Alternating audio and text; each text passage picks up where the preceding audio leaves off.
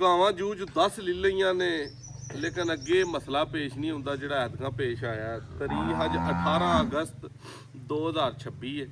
10 ਗਾਈਆਂ ਨੇ ਵਿੱਚ 3 ਗੱਭਣਾਂ ਨੇ 7 ਸੂਈਆਂ ਨੇ। 7 ਦੇ ਵਿੱਚ 4-5 ਮਗਰ ਵੱਛੀਆਂ ਨੇ 2 ਮਗਰ ਵੱਛੇ ਨੇ। ਅੱਗੇ ਗਾਈਆਂ ਲਈਦੀਆਂ ਹਨ ਸਾਰੀ ਤੁਹਾਨੂੰ ਕੱਲੀ ਕੱਲੀ ਵਹਾਣੀਆਂ। ਪਰਾਂ ਨੂੰ ਕਾਲੂ ਜਰਾ ਕੈਮਰਾ ਮਾਰ। ਸਾਰੀਆਂ ਸਾਈਵਾਲ ਚੋਲਸਤਾਨੀ ਵੱਡੀਆਂ ਗਾਵਾਂ ਨੇ। ਕੱਲੀ ਕੱਲੀ ਕਰਕੇ ਤੁਹਾਨੂੰ ਸ਼ੌਕ ਕਰਵਾਉਣਾ। ਵੀਡੀਓ ਐਂਡ ਤੱਕ ਤਸੱਲੀ ਨਾਲ ਲਾਜ਼ਮੀ ਵੇਖਿਓ।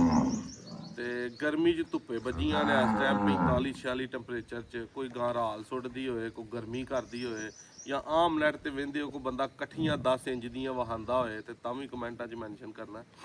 ਇਹਦੇ ਵਿੱਚ ਦੋਸਤੋ ਅੱਗੇ ਗਾਵਾਂ ਖੜ ਕੇ ਵੇਚੀ ਦੀਆਂ ਸਨ। ਹੁਣ ਸਾਡੇ ਅਹਿਮਦ ਭਾਈ ਨੇ ਐਬਟਾਬਾਦ ਹਵੇਲੀਆਂ ਤੋਂ ਇੱਕ ਗਾਂ ਉਹਨਾਂ ਦੀ ਡਨ ਹੋਈ ਹੈ, ਪਹਿਲੋਂ ਹੀ ਪੇਮੈਂਟ ਆਈ ਹੈ। ਉਹਨਾਂ ਨੂੰ ਆਪਣੀ ਮਤ ਚੁਆਇਸ ਦੀ ਗਾਂ ਘੱਲਣੀ ਹੈ। ਚੀਮਾ ਸਾਹਿਬ ਨੇ ਬੱਲੋ ਚੱਕ ਤੋਂ ਉਹਨਾਂ ਨੂੰ ਗਾਂ ਘੱਲਣੀ ਹੈ। ਮਲਕ ਅਹਿਮਦ ਸਾਹਿਬ ਨੇ ਐਡਵੋਕੇਟ ਸਿਆਲਕੋਟ ਤੋਂ ਉਹਨਾਂ ਨੂੰ ਗਾਂ ਘੱਲਣੀ ਹੈ। ਫਿਰ ਇਮਰਾਨ ਸਾਹਿਬ ਨੇ ਇਮਰਾਨ ਵੜੈਚ ਸਾਹਿਬ ਸਰਗੋਦਾ ਤੋਂ ਜੋੜਾ ਗਾਵਾਂ ਦਾ ਉਹਨਾਂ ਨੂੰ ਘੱਲਣਾ ਹੈ। ਇੱਕ ਸਿਆਲਕੋਟ ਦੇ ਸਾਡੇ ਜਾਜ ਭਾਈ ਨੇ ਉਹਨਾਂ ਨੂੰ ਇੱਕ ਗਾਂ ਜਿਹੜੀ ਉਹ ਵਟਾ ਕੇ ਦੇਣੀ ਹੈ। ਇਹ 6-7 ਗਾਵਾਂ ਆਲਰੈਡੀ ਡਨ ਨੇ। ਸੂਆ ਅੱਗੇ ਵੀ ਤੁਹਾਨੂੰ ਆਖਿਆ ਸੀ ਤੁੰਨ ਕੇ ਸ਼ਾਰਟ ਹੈ ਤੇ ਗਾਵਾਂ ਦੀ ਇਹਨਾਂ ਦਿਨਾਂ 'ਚ ਬੜੀ ਡਿਮਾਂਡ ਹੈ। ਚਲੋ ਇਹਨਾਂ 'ਚ ਜਿਹੜੀਆਂ ਕੋਈ 3-4 ਬਚਦੀਆਂ ਨੇ ਜਿਹੜੇ ਭਰਾ ਵੀਡੀਓ ਵੇਖਦੇ ਨੇ ਤੇ ਪੁੱਛਦੇ ਨੇ ਵੀ ਡਿਮਾਂਡ ਕਿੰਨੀ ਹੈ ਤੇ ਰੇਟ ਕਿੰਨਾ ਤੇ ਡਿਮਾਂਡ ਨੋਟਿਸ ਪਹਿਲੋਂ ਘੱਲੋ, ਫਿਰ ਬਿੱਲ ਤਾਰਾਂਗੇ, ਫਿਰ ਬੰਦਾ ਆਏਗਾ, ਫਿਰ ਹੀਡੰਗ ਲਏਗਾ। ਇਸ ਟੋਪੀ ਡਰਾਮੇ ਤੱਕ ਮਾਲ ਵੇਚ ਜਾਂਦਾ। ਕੋਸ਼ਿਸ਼ ਕਰਿਆ ਕਰੋ ਲੋਕੇਸ਼ਨ ਆਪਣੀ ਤਹਿਸੀਲ ਡਸਕਾ ਜ਼ਿਲ੍ਹਾ ਸਿਆਲਕੋਟ ਚੇਲੇ ਕੀ ਘਰਾਇਆ ਪਿੰਡ ਆ ਕੇ ਮੌਕੇ ਤੇ ਆਪਣਾ ਜਾਨਵਰ ਵੇਖੇ। ਇਹ ਜਾਨਵਰ ਹੈ ਬੜਾ ਪਿਆਰਾ ਪਿਓਰ ਚੋਲਸਤਾਨੀ ਇਹਨੇ ਬੱਚਾ ਦਿੱਤਾ ਕਿ ਅੱਜ ਸੂਈ ਹੈ। ਇੱਧਰ ਲਿਆ ਬਈ ਜੇ ਸੁੱਟਣ ਡਿਆ ਸੋਟੀ ਲਵੇ ਤੇ ਫਿਰ ਆਪਾਂ ਇਹਨੂੰ ਜਿਹੜਾ ਨਾ ਵਹਾਨੇ ਆ। ਨਹੀਂ ਬੈਠੀ ਰਹਿਣ ਦੇ ਬੈਠੀ ਰਹਿਣ ਦੇ ਨਾ ਨਾ ਨਾ ਨਾ ਨਾ ਯਾਰ ਬੈਠੀ ਰਹਿਣ ਦੇ ਮਾਰਨਾ। ਲੈ ਆਓ ਇੱਧਰ ਭਾਨੀ ਆਓ ਯਾਰ ਖੋਲ ਕੇ ਕੱਲੀ ਕੱਲੀ।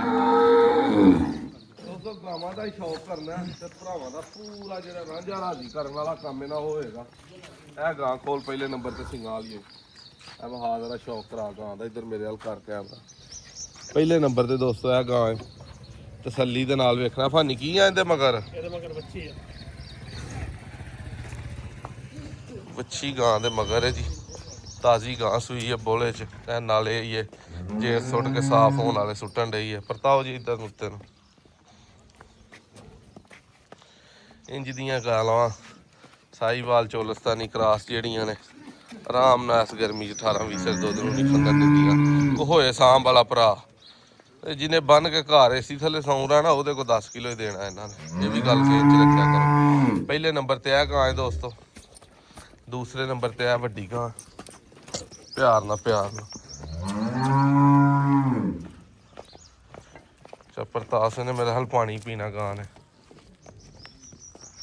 ਲਓ ਜੀ ਇਹ ਵੱਡੀ ਗਾਂ ਇਨਸ਼ਾਅੱਲਾ 25 ਲੀਟਰ ਦੁੱਧ ਵਾਲੀ ਬਹੁਤ ਹੀ ਵੱਡਾ ਜਾਨਵਰ ਹੈ। ਜਰਸੀ ਤੇ ਸਾਈਵਾਲ ਕਰਾਸ।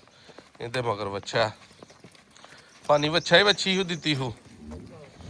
ਇਹ ਦੂਸਰੇ ਨੰਬਰ ਤੇ ਜਾਨਵਰ ਇਹਨਾਂ ਦੀ ਜਾ ਕੇ ਨਵਾਈਆਂ ਧਵਾਈਆਂ ਹੋਣਗੀਆਂ ਇਨਸ਼ਾਅੱਲਾ ਨੀਟ ਮੀਟ ਹੋਣਗੇ। ਲਿਆਓ ਇੱਧਰ ਇਹ ਆਈ ਜੇ ਸਾਈਵਾਲ ਅਸਲ ਹੈ ਪਤਾ ਨਹੀਂ ਟੋਰੋ।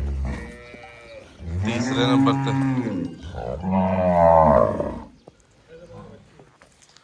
ਇਹਦੇ ਮਗਰ ਵੱਛੀ ਹੈ। ਥਣ ਪੂਰਾ ਪਾਵਰ ਹੀ ਲੱਗਾ ਇਹਨੂੰ। ਚੱਡਾ ਐ ਵਜੂਦ ਦੇ ਨਾਲ ਸੀ ਪਿਆ। ਪਰਤਾਓ ਉਸ ਪਰਾਂ ਨੂੰ ਪਰਾਂ ਨੂੰ ਪਰਾਂ ਨੂੰ।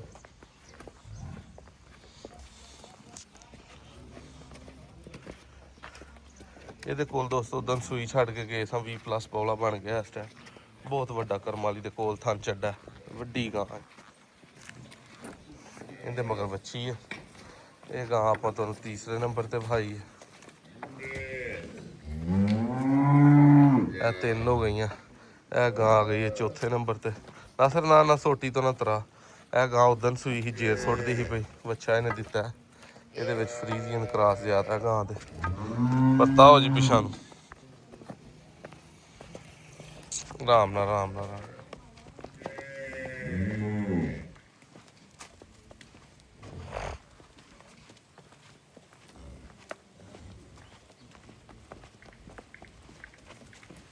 ਜੀ। ਚੌਥੇ ਨੰਬਰ ਤੇ ਆ ਗਈ ਮਗਰ ਵੱਛਾ। ਇਹ ਗਾਂ ਵੀ ਸੂਪਈ ਹੀ ਹੈ। ਇਹਨੇ ਵੱਛੀ ਦਿੱਤੀ ਜਾਂਦਾ ਵੱਛੀ ਗਾਂ ਨੇ ਦਿੱਤੀ ਹੈ। ਇਹ ਚੋਲਸਤਾਨੀ ਫਰੀਜ਼ੀਅਨ ਕਰਾਸ ਹੈ। ਜਿੰਨੀਆਂ ਵਿਖਾਈਆਂ ਨੇ ਉਹਨਾਂ ਸਾਰੀਆਂ ਨਾਲੋਂ ਬਹੁਤਾ ਦੁੱਧ ਦੇਣ ਵਾਲੀ ਹੈ ਇਸ ਟਾਈਮ। ਬਹੁਤ ਹੀ ਵੱਡਾ ਚੱਡਾ ਕਰਮ ਵਾਲੀ ਦੇਖੋ। ਪਰਤਾਓ ਜੀ ਉੱਤੋਂ ਦੀ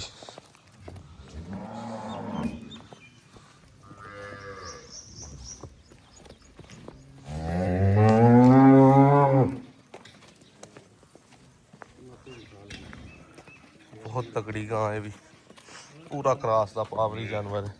यह गां छोटी है मोनी 15-16 डब्बे दुध वाली। इन्हें की दिता जी इहदे मगर बच्चा है जी।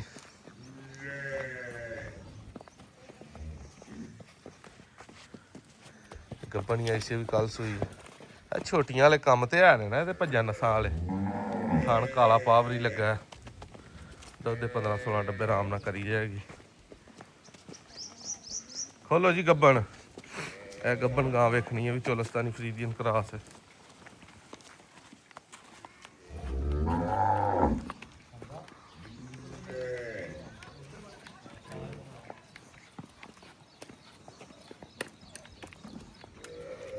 बताओ जी पिछा नूं उतों दी